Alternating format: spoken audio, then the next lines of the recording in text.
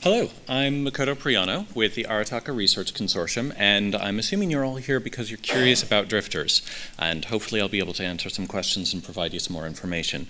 I'm joined on stage currently by Nava Idios with Phoenix Naval Systems, who has also done both drifter incursions and hives, and I believe Onslaughter with Pandemic Legion will be trying to sneak in a little bit, and he has also participated in this. So they're here to correct my inevitable mistakes, to heckle me, of course, and also to help with Q&A, as they are quite knowledgeable.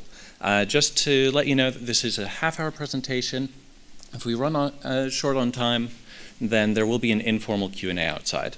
And of course, this is my first time speaking in front of a crowd this size, so if I freeze up, do throw something at me. I promise I'll get rolling again. Thank you. I mean, you know, the coat, it's nice and soft too. Very nice.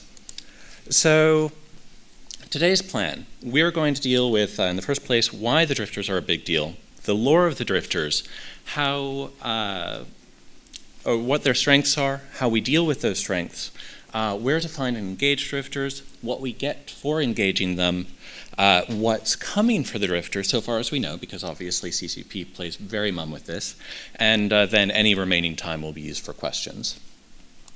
On with the show. So one of the questions that must be asked, why are drifters why are they important? Why do they matter? I'm sure they're a curiosity, sure people are interested in them, but they don't really do much outside of, you know, small areas where they happen to congregate and wander around. For me, the single most important element of the drifter is its AI, and this is because it's an AI test bed. Drifters, you'll see warping from waypoint to waypoint in system. They'll chase and station camp people that aggress them. For a period of time, there were actually ganking players that had Intosis links fitted in Namar space after the release of Intosis links. And this appears to be sort of a testbed possibly of a customs functionality. And also we see NPC versus NPC combat with drifters, which is something that's not very common in games generally, and of course is completely new for EVE. And it's fairly exciting. We saw this, of course, in the environs around Safazon, and also with drifter incursions. Lastly, we also see with drifters the first instances of non-combat activity. They salvage, they scan, they jump wormholes, they interact with the world in a way that isn't just shooting it, which is promising for what's going to come with this AI. Of course, they matter more than in just the terms of the AI. They are important sort of to the PvE meta. And normally we don't talk of meta in a PvE term, but it is relevant because EVE's PvE sort of has a reputation for being a little bit less engaging than would be ideal.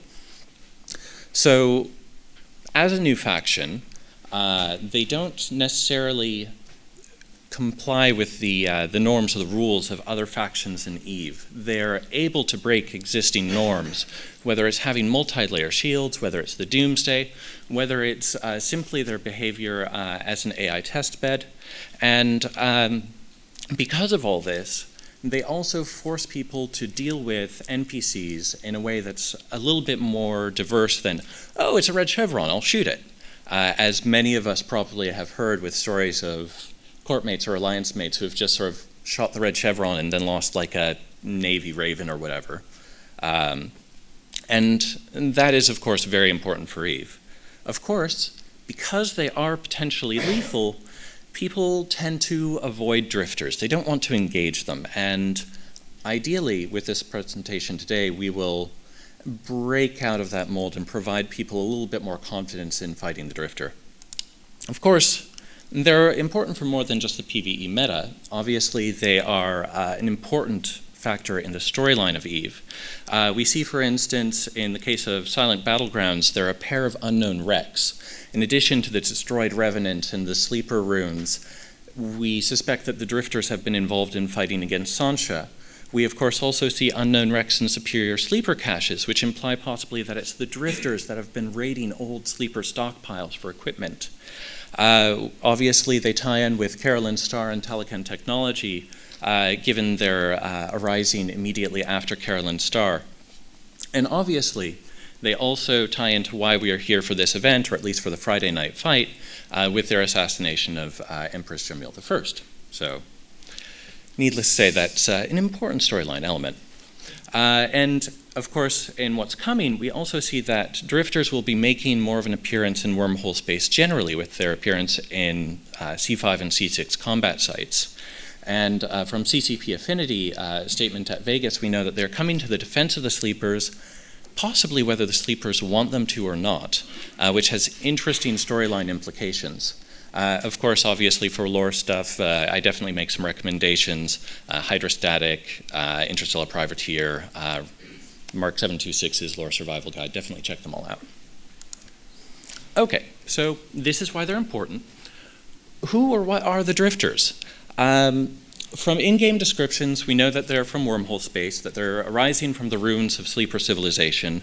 CCP Fawzi has commented in the Tweet Fleet Slack that they're cyber zombies, though whether they're transhuman or post-human, a long philosophical conversation. Also from the Inheritance Chronicle written by CCP Delegate Zero, we know that they might be Emergent AI or others, or they may be the infomorphs of Second Empire Jove, which have been sleeping a millennia, effectively. Of course, as we know from that same chronicle, it may not be so simple, so who knows? And we also know that from their use of reactionless drives, from their stabilization of wormholes, from their creation of drifter boosters that resemble Inferno, that they're also taking on Talican technology, which is, as was also revealed in Inheritance, sort of God-level stuff. So they will continue to be a powerful force and break rules that we would rather they not break. And lastly, we've mentioned, of course, the Second Empire Jove, and naturally enough, they are in fact specifically mentioned as inheritors of the ancient Jove legacy. Specifically with their name, Tyrannos references the tyrants that unified the Second Empire Jove and created the longest lasting, most powerful Jove empire. We get the impression that the sleepers are scattered and disconnected, and possibly the hope of the drifters is to unify the sleepers and create a powerful Jove nation again, which is a rather different state of affairs from current. Okay, so we know more or less who we are, or we have some information. Let's get started on how to kill them. I know, it's important stuff, right? The important thing to know about the drifter is that your average drifter is slow, soft, and weak. I say this for a reason. Spelling it out, they can be kited. It's actually not too difficult. It's usually not something that's advantageous, so it's not something people usually try unless they're going for something specific. Of course, they're also soft. ARC's standard doctrine, Caracal, actually has comparable, if not marginally superior, EHP to your average drifter, which is to say that they are relatively easy to pop, relatively easy to trigger their doomsday on. And this, of course, plays into later doctrines. And what's more, they're actually fairly weak.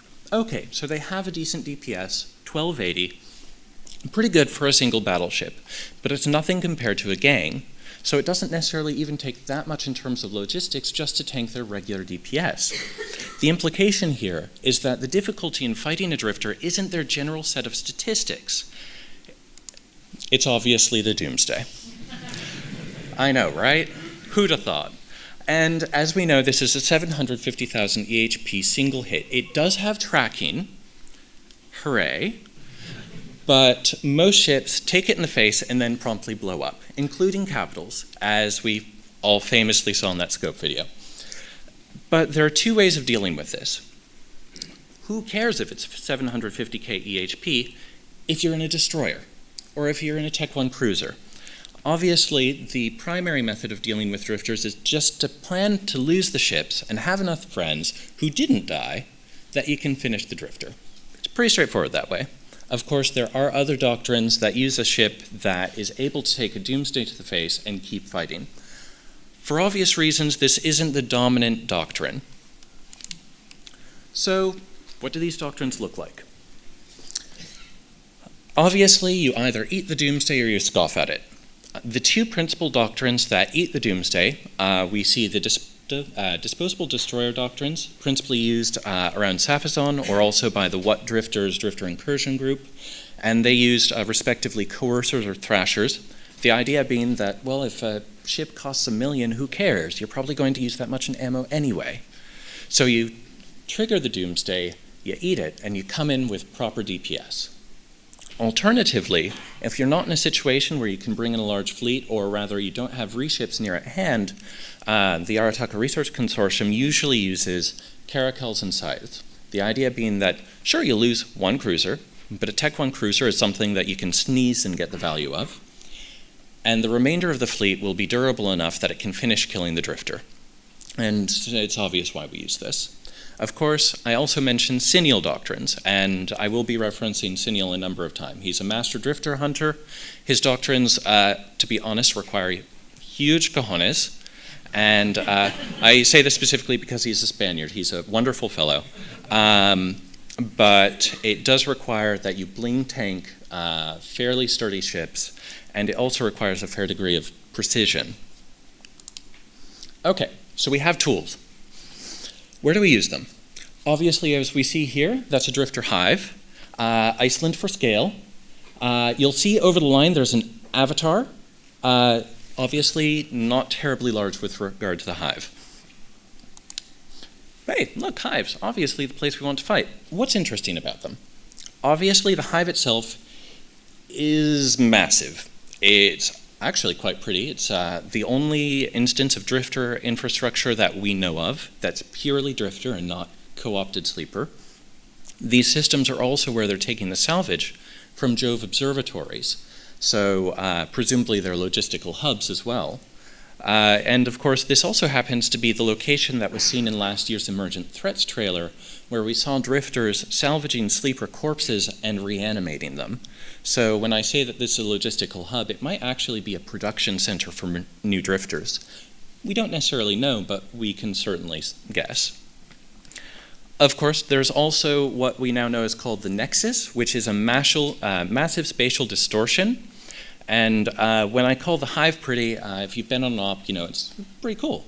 But listening to comms, the first time people see the Nexus, there's either silence or cursing or what? This is being recorded, I won't continue. Anyway, of course, the discussion of the hive system wouldn't be complete without mentioning that the names for 4 of the 5 reference outline fortifications. Outline for what? We don't know. Could be a drifter capital system, it could be for sleeper space generally, it could be for Jove space. It's, again, one of those ongoing mysteries. Okay, so formatting, anyway, so you're interested in going to a hive, you have a doctrine, how do you get in? There are 100 wandering unidentified wormholes. They wander between any of 1,000 systems with Jove observatories. If you happen to trace a route between Jove observatory systems and you find one of these beacons, you warp to it, you see a SIG, you'll notice that it happens to be the first letter of each SIG corresponds with the name of the system. So B735 is Barbican, C, Conflux, on it goes. And also for convenience, listed are their wormhole types, that say their system classes. Just to warn you, naturally, there are drifters guarding the holes. Just so you know. Consider a warm welcome. If you're careful, they warp off, they warp back, they jump the wormhole. There will be periods of time where you'll be able to slip in. Actually, our usual method is to use a mobile micro jump unit, hang out on it, wait for the drifter to go, pop over, hop the hole. It's fairly slick, provided people don't end up, bumping each other and going random which ways, which is honestly usually what happens. Okay, so you're in a drifter system. You see something like Barbican on the overview. I'm going to try to hit this fairly quickly because I want to get into the nitty-gritty of what you get. Obviously, if you need a little bit more guidance on hitting the hive itself, feel free to ask any of us later. So first step, you fight your way through the hive. Really quick. If you want a functional map of the sites, look up Drifter Site Overview. It was posted by Zindi Cred, one of my corpmates.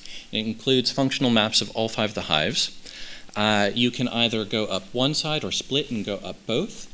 It's worth noting that there are currently alignment units on both sides that you will want possibly sequences from both. So you could possibly go up one and then reset and go up the other, however you want to do it. So you get the sequences, you punch the Hikanta, Hikanta Tyrannos being an extra blappy drifter because they weren't blappy enough anyway.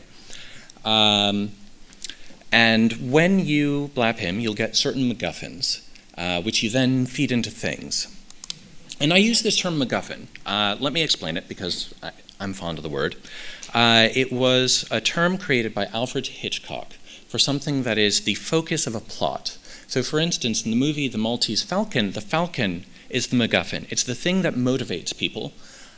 It may not necessarily have any intrinsic value of its own, but it's given value by the actors in the story. It's what compels them. You could trade the Maltese Falcon with a very fuzzy cat, and it wouldn't matter. So long as people cared about it and wanted it, it drives the story. Similarly, we have a couple of strange things going on with hives that give us an implication that there's value there, that there's something interesting, but we don't know. And not knowing, we sort of have to go kill things and get things, because that's how Eve works. So that said, when you kill a Hicontotyrannos, you get an index for the next vault in the sequence. You get a coalesced element BPC, and that's about that. I'll go into more detail. You also happen to get hive alignment sequences from the alignment units that I've mentioned. These are fed into a repository near a collapsed drifter stargate, which we assume then is going to be aligned and go somewhere, which then leads into the question of outline fortifications and where would the drifters want to go and so on. And that's an ongoing question. We have no answers. There are pictures on now.eveonline.com of a K-space drifter anomaly, which looks like possibly these might lead to K-space. The system Malachur came up during our search. It might go to Jove space. Could be a test bed for player Stargate features. We honestly don't know. And unfortunately, we don't have any verification. We don't know what CCP's timeline is. So it's, as said, one of those ongoing questions and one of those things that we constantly are hunting for more information on. So going back to elements and what that's about, I mentioned that the index you get from any given Hicontotyrannos is fed into a vault in the next hive. This is the cycle. It's pretty straightforward. Basically, you run a ring, readout to Sentinel, to Barbican, to Conflux, to Vedette, and back again. Each index gives you 10 elements. These elements are then used to build a coalesced element, which we assume is the central focus of the storyline. Assume. And there is also notably a remainder of elements, which implies that the unconsumed elements might still have value in and of themselves. But if there's any one thing that you'll take away from this, is that the Drifter story arc, such as it is, has a lot of unknowns for us at present. It's building towards something, but while we can tinfoil about it, and if you've heard me on Hydrostatic, you know I love tinfoil, we don't necessarily know. And not knowing, But moving forward, it happens to be when you feed alignment sequences into the repository adjacent to the Drifter Stargate that's collapsed, you also happen to get Drifter drugs, because they evidently want to reward us for this, because presumably they want us to align their Stargate. Totally a safe thing then.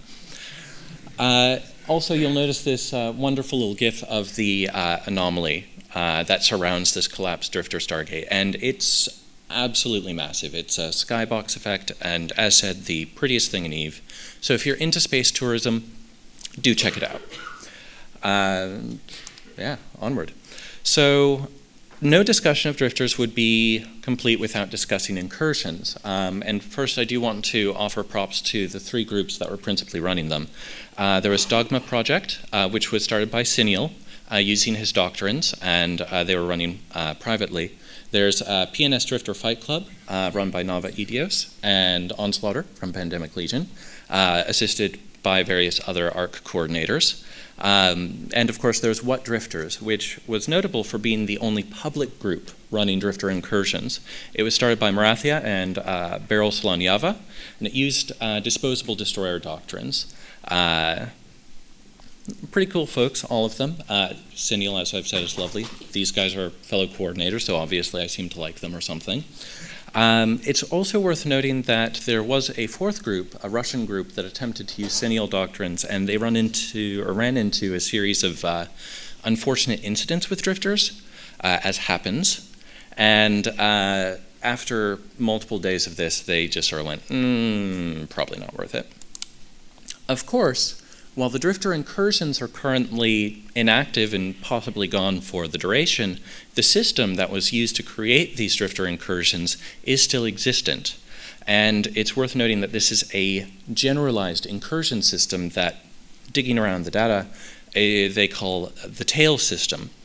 This is socketable, so it could be used with blood raiders, with sleepers, with rogue drones. Obviously, CCP would need to be able to generate some content to fill this, but it's something that hopefully they will be using, possibly even in the near future, to spin more PvE content rapidly. And of course, now some mechanical details. The incursions would expand or contract based on control.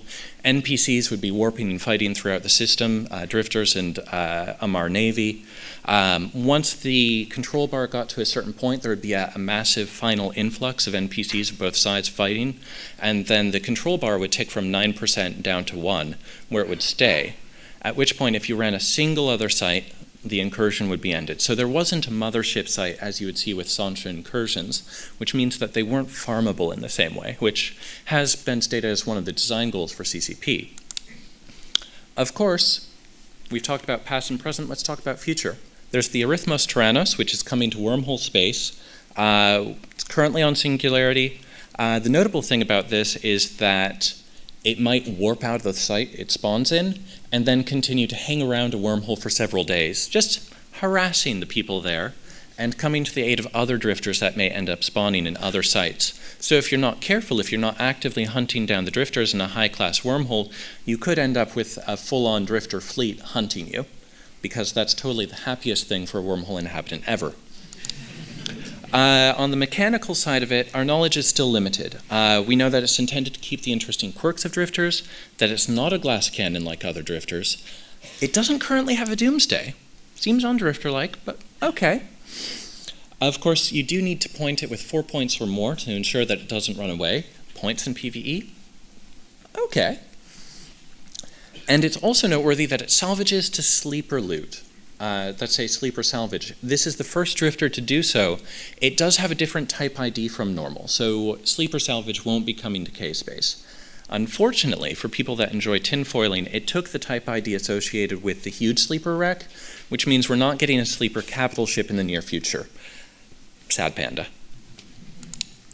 Of course, let's go further into the tinfoil territory.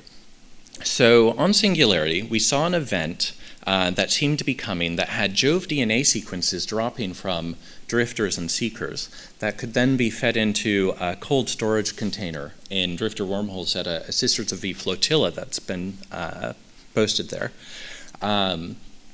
This was seen late February, early March. We figured that it was intended for the March release, but we think it was bumped in favor of the Valkyrie event. But those items are still in the database, which means that it might reappear. Of course, as with many things involving the drifters, we don't know the timeline. So that was the quick run of things. We actually may not have an amazing time. I'm going to say we have time for one question. So if anyone would like to go for it, raise a hand. And am I seeing? So leaving flotillas that are in the drifter models, do they do anything, or can you do anything to them? So the question was, the Sisters of V flotillas and the drifter wormholes, do they do anything? Can we do anything to them? No. They are very pretty, which is, of course, nice in its own regard. Unfortunately, my guess is that they were intended to prep for the event that was scrubbed, and they're keeping them around until they decide to do something else lore-wise with them. So currently it's just a useful waypoint, a place to gather the fleet before hitting the Hive. So currently it's a tourism destination because, of course, Sisters are good on tourism. And no one's telling me to stop, so one more question. We got time for 4. Oh. Yeah, according to this thing anyway. I'll run with it until they kick me out. Anyone else? Another question? If you decide you'd like to join the research and participate in the project, would you recommend that you do it on a character that you have that does not normally go in HiSec? So that's an interesting question, and There will be both the direct mechanical answer and the tinfoil answer. So the question was, do you recommend joining ARC or other Drifter Hive ops on a character that doesn't go into HiSec? One, our ops usually stage out of a central HiSec location just because it's logistically easy. Two, currently, drifters do not seem to care about standing. I say this as someone with neg 10 standing to drifters. They seem to ignore me. That said, they are adding additional functionality to the AI constantly. It would not be surprising if at some point they decide, oh, hey, let's keep shooting those people that keep shooting us. That's a great idea. So my only hope is that if they do enable that they will provide some way for people who are really keen on not being killed by drifters to engage in an amnesty. But that's a game design thing for a feature that hasn't been announced, so There was some talk about the standing systems in Vegas, about patrol groups going and kill for any NPC faction going and killing. yeah, so sooner or later standings will in fact matter in a much bigger way, but you know. So another question. Okay, there are lights in my eyes, so I might be missing a hand, or oh, I see pointing and waving. Okay. You'll have to speak up, though. Please, go for it. The Drifter Incursions on AC5 and C6s, is there any word on how long they'll last? You're already planning on whether we can see people's systems with Okay. drifters wandering around just to annoy them. How long are they going to live? Okay, so the question was on the longevity of drifter incursions, and I'm assuming this is the defense of the wormhole ones. So CCP Fozzie's made a variety of statements about his intent with this, and the idea is basically to ensure that they hang around as long as is mechanically possible without causing the server to catch fire. That wasn't exactly his statement, but I'm reading into it a little bit, and I assume that's the limiting factor.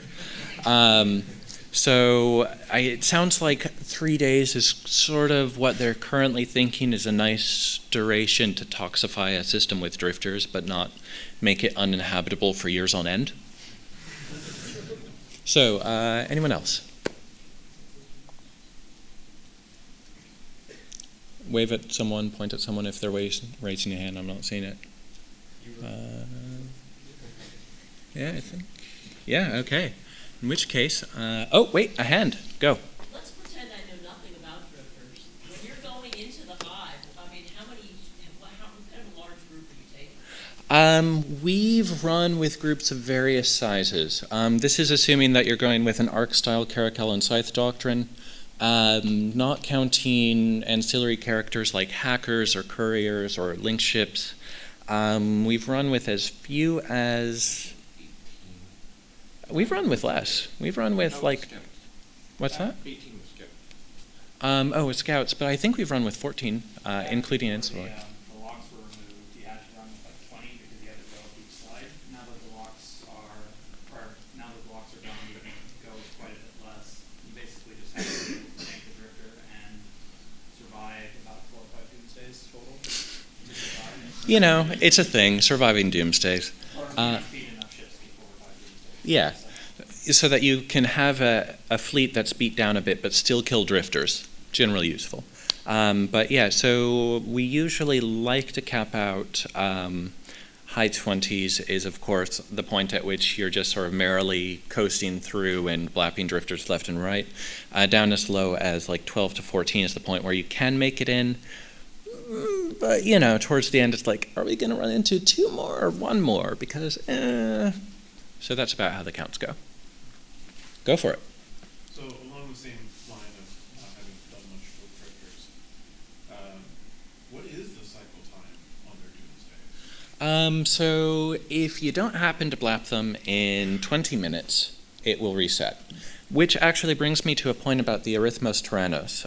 What we had seen/heard, 30? For the doomsday recycle time? The time to fire is 5 seconds. The lock break is instantaneous. So you have, you break the shields, you have 5 seconds, after that, and then you get doomsday. Okay, so 30 minutes. I was thinking the doomsday recycle time was 20 minutes, which is still long enough to kill them without issue. I mean, if you're given 20 minutes to kill a drifter anyway, that's not a problem. There is most certainly that. It is worth noting that CCP Fawzi has indicated that the concept for the Arithmos doomsday is that it will be a faster cycling, lower power doomsday. So it'll be a bit more of a solution for fighting fleets like we use, rather than, oh, hey, I want to wreck a carrier. So hopefully that helps. Next question. Is that a hand wave? Is there a simple answer to why you ended up with shield doctrine over armor? Mostly comes down to DPS and missiles. I like my answer. Because Caldari is great. Oh yeah, Caldari is great. Yeah. Also, the Caracals actually are incredibly versatile. And the one wormhole where you'd think a shield doctrine would be terrible, which is the Wolf Rayet, the Wolf Rayet also boosts the rapid light missile damage, which means, okay, we have less resist, but we happen to have 50% more DPS, well, technically 44%. So it balances out very nicely, and they happen to work perfectly through all of the wormholes that we might use them in. The lack of tracking is helpful too. Yeah, it also helps that they treat drifters like chubby frigates instead of as difficult to hit things, and rapid lights really like chubby frigates. So,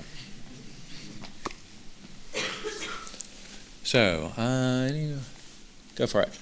Oh, yeah. You said there was resistance holes. What are they? Yeah, sorry, I may have failed to mention that. So, in shield, there's a thermal hole. In armor, there's an EM hole, which is notably different from most other types of NPC. Most of their EHP is in armor, so usually if you're choosing a single damage type, I recommend EM. So, which is why we usually use Mjolnir, because it's perfect for it. So. Okay, so given that the cycle time is about 20 to 30 minutes on the Doomsday. On the Doomsday, yeah. In theory, if you found one of these lone drifters floating around in HiSec, yeah. you could go out there, get blapped, and then come back with something bigger. And That would be a disposable destroyer doctrine. So one of the.